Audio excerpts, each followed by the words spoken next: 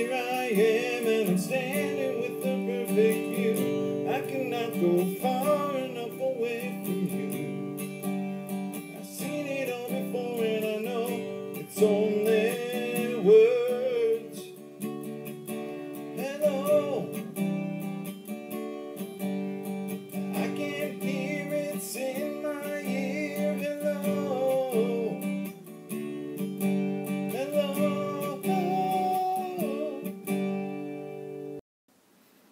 Hello everybody, welcome to this week's edition of Video Notes from Mr. Flugum's Gen Chem class. That's right folks, this is for general chemistry. And these notes will go on page number 39 in your science notebook. We're going to talk about covalent compounds. Let's get started.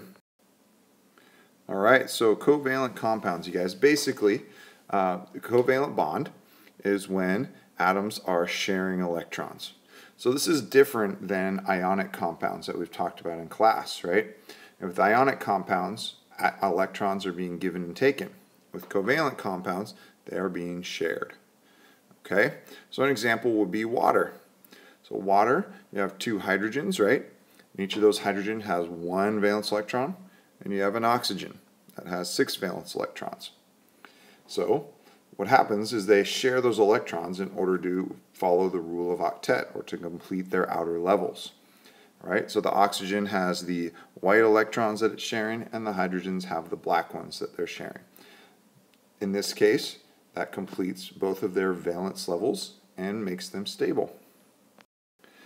Alright folks, so I talked on the last slide about contrasting ionic and covalent compounds. So here's the big thing, alright? When you have an ionic compound, it contains a metal element, right? Covalent compounds do not contain a metal element.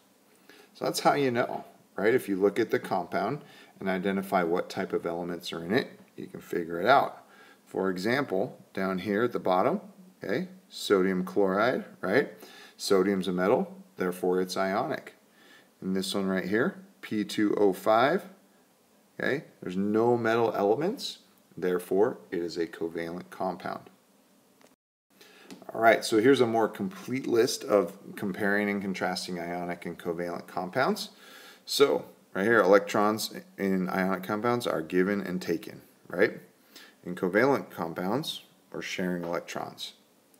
Ionic compounds are stuck together by opposite charges, right? Covalent compounds have shared electrons.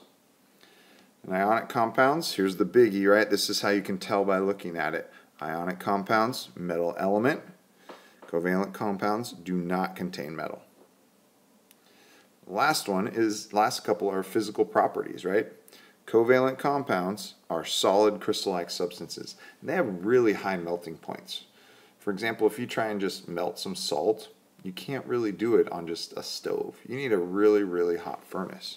However, covalent compounds tend to be liquids or gases. And if it is a solid, it has a low melting point. For example, you can melt sugar on your stove at home, right? Sugar is a covalent compound. It's carbon, hydrogen, and oxygen. It doesn't contain any metals. Okay, so how do we name these covalent compounds? So we're going to talk about binary covalent compounds. So binary, what does that mean? Binary means this: we only have 2 elements. So when we do this, we use what are called prefixes to describe the number of atoms present. Now the reason that so a prefix, and I'll get to the reason in just a sec. A prefix is a part of a word that goes on the beginning and changes the meaning. So in this case, we have prefixes here that indicate numbers of elements, right? Or indicate numbers anyway. So the only one that's kind of weird is this one right here, number 4. You would think that's quadra, because that's what we usually use, but in this case it's tetra. Other than that, everything else is normal, right? Tri for 3, penta for 5, and so on. You can just start to think of shapes from your geometry class. So I'm pretty sure you have this burning question right now. Why, oh why, Mr. Flugum, must we use prefixes? That makes it so much harder. Well, the answer is this: because the same elements can form many different combos. Here's some examples here for you. Carbon can bond with one oxygen, or it can bond with two oxygens. You can see here, if it's with one oxygen, we call it carbon monoxide, and with two oxygens, we call it carbon dioxide. We need to be able to tell the difference because they're different compounds and they have different properties. We have a couple examples here with nitrogen and oxygen as well.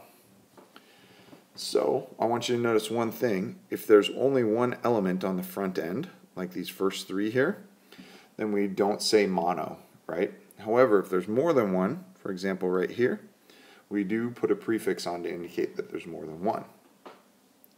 Now, if we're going to try naming these two down here, first one is OF2. And what would we name it? We would name that oxygen.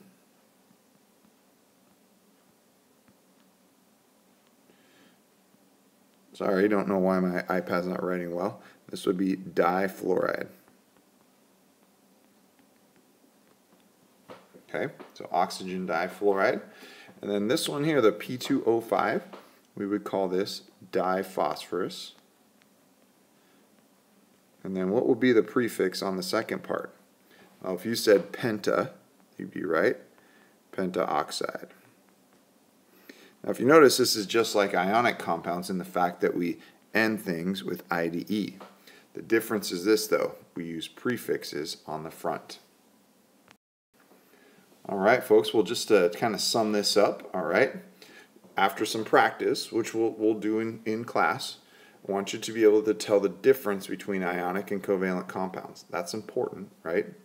And we should be able to name binary covalent compounds. Remember, use prefixes, and then, along with that, explain some differences. Well, thanks for tuning in, folks. I hope you have a great day, and we'll see you on Friday. Okay, these are due on Friday this week, right?